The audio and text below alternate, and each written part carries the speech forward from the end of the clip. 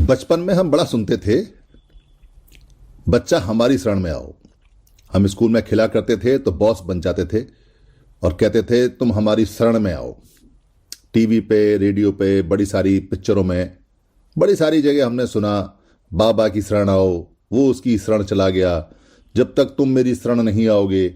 या किसी बदमाश गुंडे की शरण में कोई व्यक्ति जाता था, कहता था अब मैं तुम्हारी शरण में आ गया। वो बदमाश गुंडा या बाबा कहता था अब तुम चिंता मत करो, अब तो तुम मेरी शरण में आ गए हो, मेरे चेले बन गए हो, अब मैं तुम्हारी रक्षा करूंगा, मैं देखभाल करूंगा। ये शरणागत, शरण में जाना, ये सारी बातें बचपन से बड़ी सुनी हमने। फिर एक वाक्य सुना हमने, एक सेंटेंस सुना हमने, बुद्धं शरणं गच्छामि। बहुत दिनों तक तो हम इसको पढ़ते रहे, बुद्धं शरणं गच्छामि। जब पाली सीखी तो करेक्ट हुआ कि ये बुद्धं शरणं गच्छामि है, यानी बुद्धम में हलंत लगता है, बाद में वो संस्कृत भाषा में बदला गया है। ओरिजिनल पाली में बुद्धं शरणं गच्छामि, बाद में अंग अंग लगता है, अम की जगह अंग अंग। मगर बुद्ध की शरण, बुद्ध क्यों अपनी शरण में किसी को लेके आ रहे हैं और क्यों धम्म की शरण में? क्योंकि धम्म का मतलब तो हम बचपन में इतना जानते भी नहीं थे, और क्या संघ होता है इसके बारे में तो दूर दूर तक पता भी नहीं था। संघ के नाम पे अगर कहें तो एक आध वाक्य भारत में सुन लेते हैं कि ये संघ का है, ये संघ की है, ये संघ है, बस इतना सा ही। बाकी जो शरण का मतलब है वो समझ में नहीं आया, शब्द भी समझ में नहीं आया। हम इसको शरण बोलते थे और ये बाद में निकला शरण, यानी शय नहीं है, शय नहीं है, सय है, संसार वाला सय, मेरा नाम सुधीर वाला सय। ये शल्यम वाला शय नहीं है, तो शरण नहीं है, शरण है। तो ढंग से हमने पढ़ना शुरू किया, बुद्धं शरणं गच्छामि, धम्मं शरणं गच्छामि, संघं शरणं गच्छामि। ऐसा हमने इसको पढ़ना शुरू किया। समझ में नहीं आया कि ये शरण का क्या मतलब है, बुद्ध क्यों अपनी शरण में हमको बार बार बुला रहे हैं।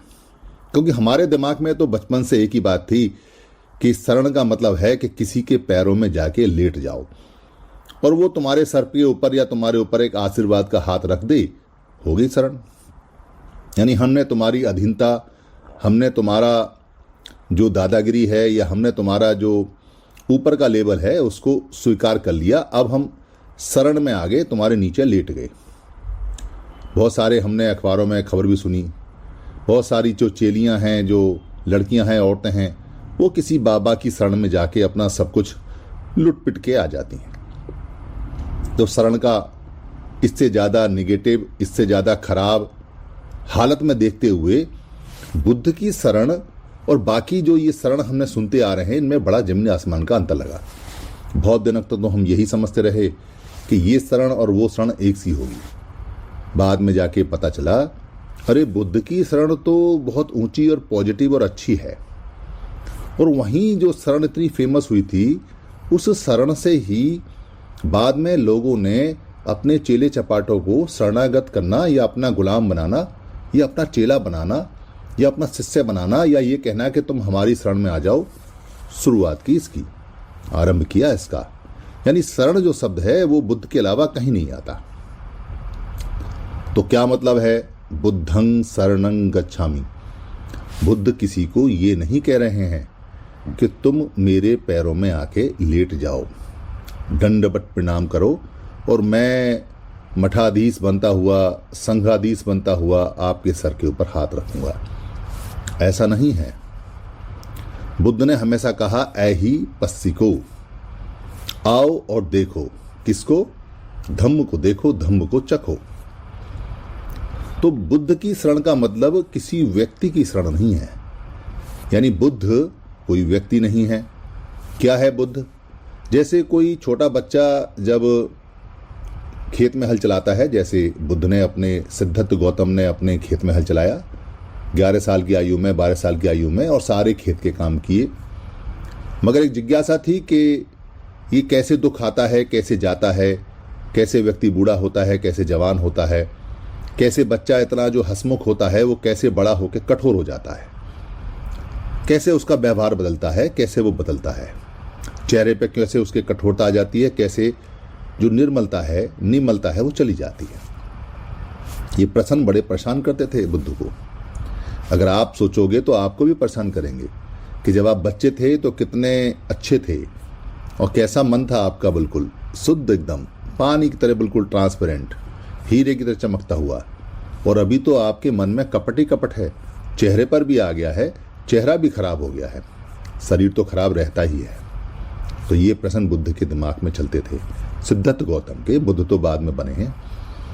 तो सिद्धार्थ गौतम ने इन प्रश्न के जवाब खोजने के लिए अपना सब कुछ छोड़ दिया, माँ बाप की सहमति से, पत्नी की सहमति से, बाकायदा गांव वालों ने छोड़ा है उनको, छंद घोड़े पे बैठा के लेके गया है। 6 साल मेहनत की तो उनको पता चला कि कैसे शरीर काम करता है, कैसे मन काम करता है, कैसे दुख आता है, कैसे जाता है। अब तो जानकारी हो गई। अब जानकारी हो गई तो इस जानकारी को उस समय जो आप बोलते हो भाषा और जो मैं बोल रहा हूं यही पाली है। इसी भाषा में उस समय इस सबसे ऊंची नॉलेज और ज्ञान को, यान को क्या बोलते थे? बोधि। और जिस मनुष्य को यह प्राप्त हो जाए, जो इसका जानकार हो जाए, किसका? बोधि का, उसको कहते थे ये बुद्ध हो गया। अब वो सिद्धार्थ गौतम नहीं रहा, अब वो व्यक्ति नहीं रहा, अब वो एक डिग्री हो गया, नॉलेज की चलती फिरती लाइब्रेरी हो गया। तो क्या कहते हैं, आपको उस नॉलेज की साथ जाना है। शरण का मतलब लेटना नहीं है, शरण का मतलब झुकना नहीं है, शरण का मतलब उसकी अधीनता स्वीकार करना नहीं है। शरण का मतलब है कि मैं उसके साथ में निज में रण करता हूं, चलता हूं, रन करता हूं, चलता हूं। कैसे चलता हूं? उसको सीखता हूं, उसको जानता हूं, उसको मानता नहीं हूं, उसको अनुभव करता हूं और उसकी पॉजिटिव बातों को अपने शरीर में, अपने मन में ग्रहण करता हूं। तो बोधि की शरण में जाता हूं।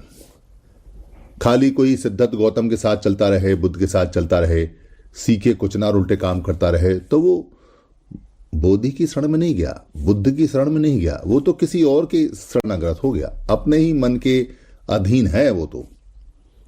फिर धम्म की शरण में जाना है। तो धम्म क्या होता है, बहुत समय तक तो ये समझ में नहीं आया। बाद में अध्ययन करने पे पता चला, अपने पिता से पूछा, उन्होंने बताया जो कहीं दुनिया में जो हलचल होती है, अणु में, परमाणु में, कण कण में, पूरे यूनिवर्स में, इलेक्ट्रॉन में, प्रोटॉन में, न्यूट्रॉन में, अभी तो साइंस है तो हम साइंस में समझ सकते हैं कि पॉजिट्रॉन, न्यूट्रॉन, एमिट्रॉन ये सब क्या होते हैं। तो पता चला ये सब हिलते रहते हैं, ये शांत नहीं बैठते। Atom, proton, electron, neutron, positron, ये सारे जब हिलते रहते हैं तो एक वाइब्रेशन बनती रहती है। तो कहते हैं कि इनके हिलने का कोई कारण होता है, या तो एनर्जी आएगी या एनर्जी जाएगी, या तो प्रेशर बढ़ेगा या तो प्रेशर कम होगा, या तो दबाव बढ़ेगा या दबाव कम होगा, ऊर्जा आएगी या ऊर्जा जाएगी। तो इसकी वजह से इनकी जो स्पीड है, इनकी ऑर्बिट की तरफ घूमने की, जो इनका न्यूक्लियस होता है, जो इनका केंद्र होता है, केंद्रक होता है, उसके चारों तरफ जो ये पार्टिकल घूमते हैं, उनकी स्पीड कम ज़्यादा होती रहती है, टेढ़ी मेढ़ी होती रहती है। उस कारण से हर चीज बदलती है। ये बुद्ध ने 2600 साल पहले खोज लिया था और बताया था कि हर चीज में कंपन कंपन होते हैं, कंपन कंपन होते हैं, कंपितो कंपितो कंपितो। तो इसका सबका एक कारण होता है, किस कारण से कौन सी चीज कितनी कंपित हो रही है, कितनी बदल रही है, वो फिर अगला कारण बनता है, यानी उसका परिणाम है। जैसे मैंने एक कपड़ा उठाकर वॉश बेसिन में कहीं डाला और वहां पानी पड़ा है, तो कपड़ा सूखा हुआ है, मेरे कारण से वो वॉश बेसिन में गया, गीला हो गया। किसी ने उठा के उसको बाहर धूप में डाल दिया तो वो सूखने लगा। तो यानी एक का जो कारण है, मेरा कारण था कपड़ा उठाना, उसका परिणाम ये हुआ वो भीग गया। उस परिणाम का कारण बना, उसको उठा के बाहर रखा तो वो कारण बन गया। कारण से फिर परिणाम ये आया कि वो सूख गया, फिर गीला होगा। यानी कारण से परिणाम, परिणाम से कारण चलते रहते हैं। इसको हेतु बोलते हैं, वो हेतुवाद। प्रत्यय बोलते हैं, यानी प्रत्यक्ष में जो परिवर्तन होता रहता है, तुरंत में जो परिवर्तन होता है, जो प्रत्यय में जो परिवर्तन होता है प्रेजेंट में, उसको उन्होंने प्रत्यय बोला। ये तो संघ की शरण क्या है?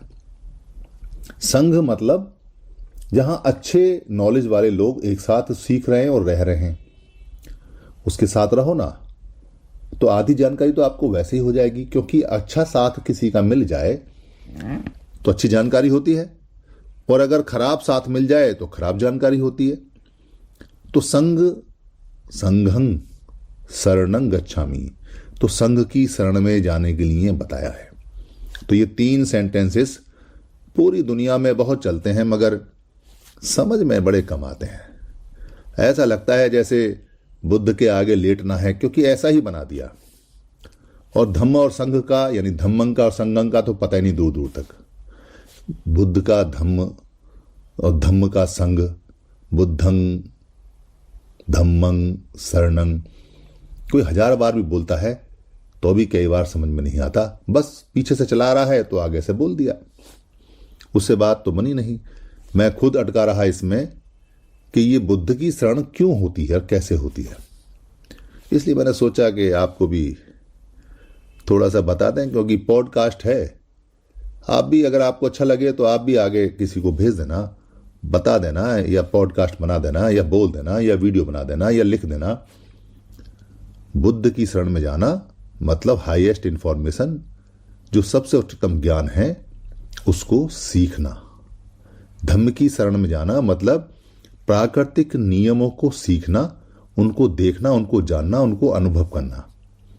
संघ की शरण जाना मतलब अच्छे जो लोग हैं, जो ज्ञान वाले लोग हैं, उनको देखना, उनको जानना, उनके साथ में रहना, उनसे बातचीत।